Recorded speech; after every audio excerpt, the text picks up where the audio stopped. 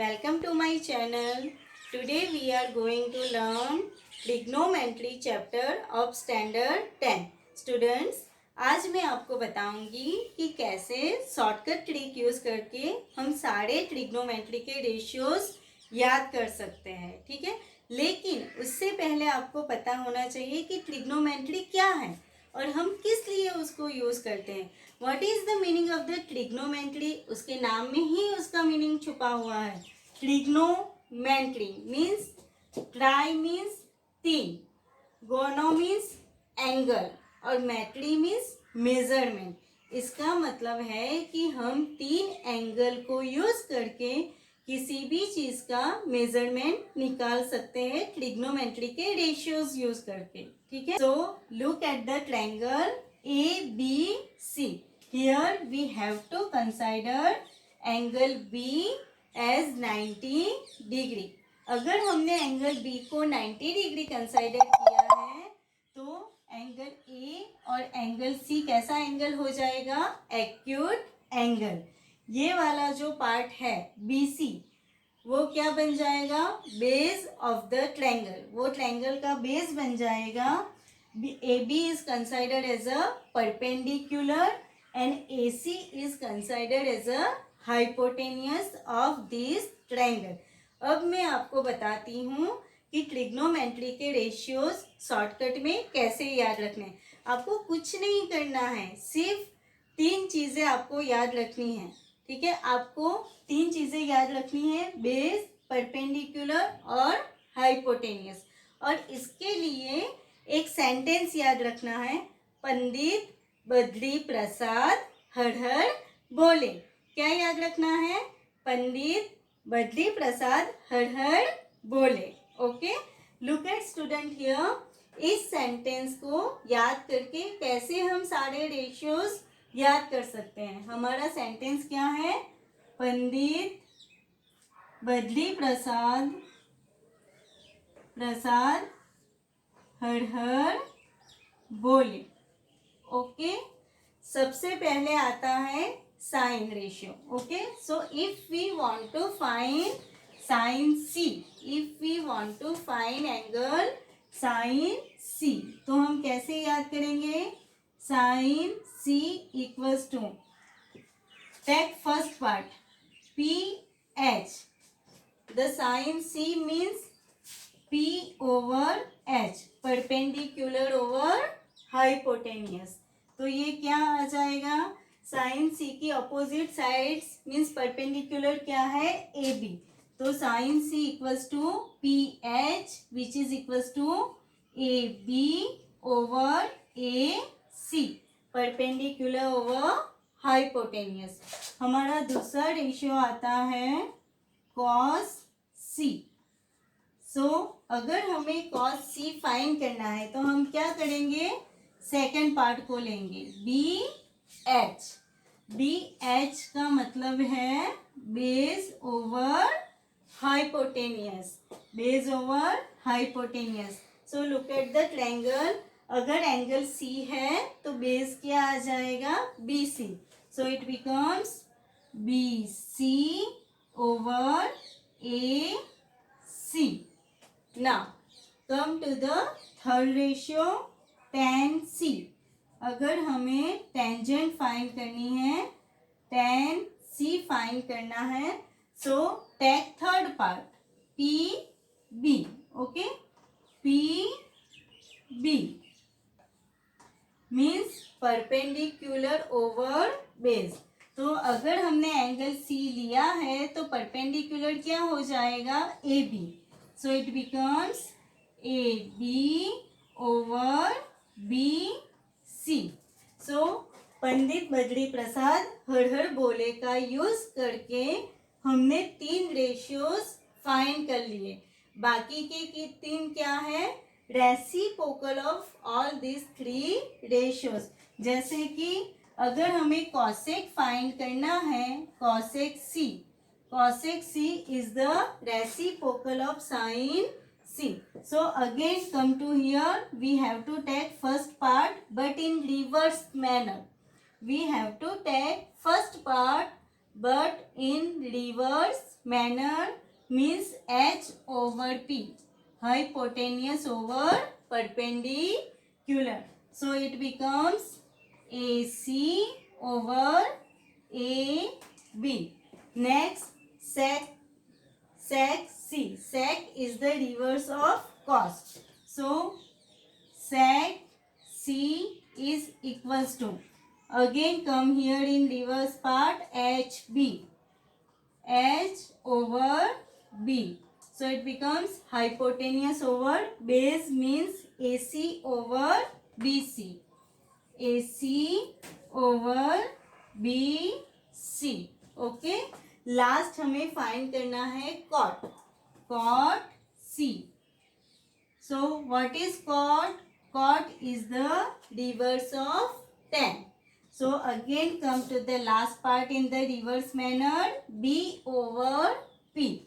So B over P means base over perpendicular. So it becomes BC over AB.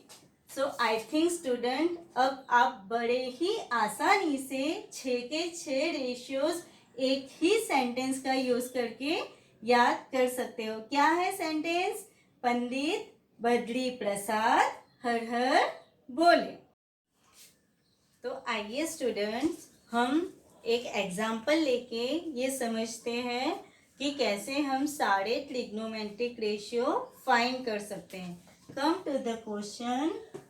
What is the question? In triangle ABC, right angle at B, AB equals to 24 centimeter, BC equals to 7 centimeter. Determine sin A, cos A, sin C, cos C. सबसे पहले question को समझो. Question क्या दिया हुआ है? One triangle is given to you ABC, जहाँ पे हमें राइट एंगल किसको लेना है? B को. तो इसको सॉल्व करने के लिए सबसे पहले एक ट्रायंगल ड्रॉ कीजिए. So this is our triangle ABC. ABC. Okay, this is 90 degree means right angle at B. Now what is given? AB equals to 24 centimeter. AB कितना दिया हुआ है? 24 सेंटीमीटर. BC कितना दिया हुआ है? 7 सेंटीमीटर. स्टूडेंट्स, फिगर देख के आपको ये पता चल रहा है कि दो साइड्स हमें दी है और तीसरी साइड्स हमें फाइंड करनी है. Okay, so before going to the next step, first of all find the value for the AC. क्या करना है? रेशियो फाइंड करने के लिए हमें तीनों साइड्स का मेजरमेंट चाहिए. दो हमारे पास है तो हमें तीसरी साइड फाइंड करनी है. कैसे फाइंड करेंगे? Yes, we are able to find out AC by using Pythagoras theorem. यहाँ पे हम किसका यूज करेंगे? पाइथागोरस थियोरम का. What is the Pythagoras theorem? Pythagoras theorem क्या है? Square of the hypotenuse is equals to the square of the sum of opposite two sides. इसका मतलब ये है कि अगर हम यहाँ पे पाइथागोरस का यूज करके AC को फाइंड करते हैं तो कैसे फाइंड कर पाएंगे हम लोग? In solution, first of all, we have to find out AC by using Pythagoras theorem. By using Pythagoras theorem. So Pythagoras theorem said AC square equals to BC square plus AB square. तो AC को find करने के लिए BC और AB की value यहाँ पे हम पुट करेंगे. So what BC given? BC equals to 7 square. And AB equals to 24 square. तो यहाँ पे आपको 7 का स्क्वायर करना है और 24 का स्क्वायर करना है। What is the square of the 7? 7 का स्क्वायर क्या है? The square of the 7 is 49।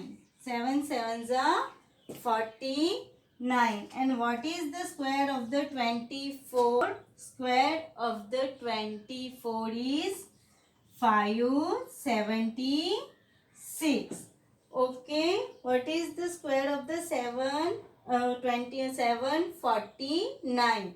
And the square of the 24 is 576.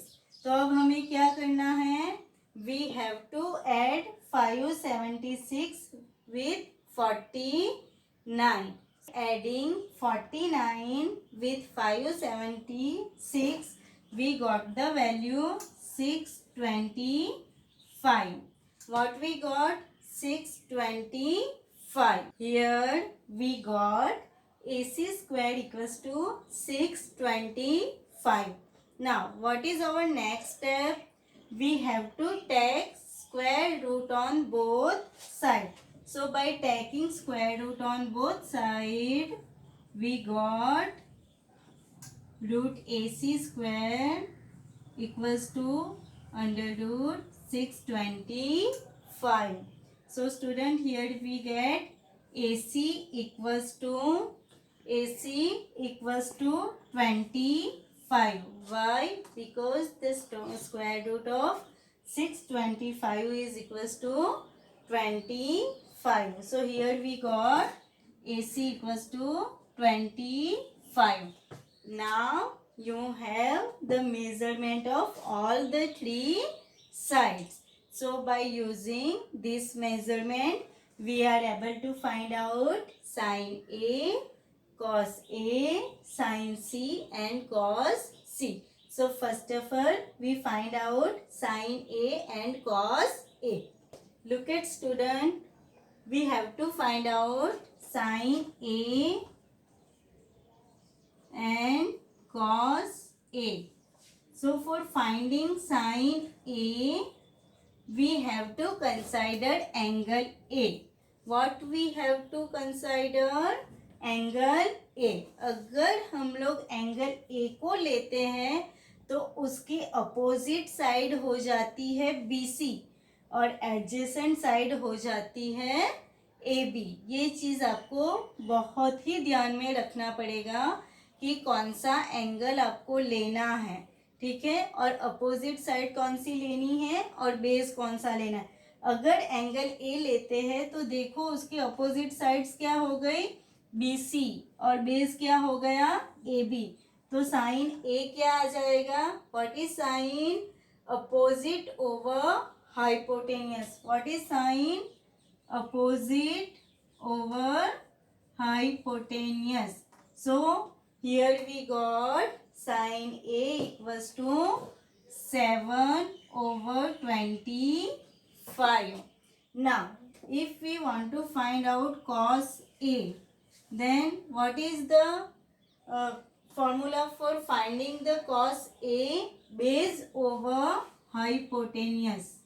Base over hypotenuse.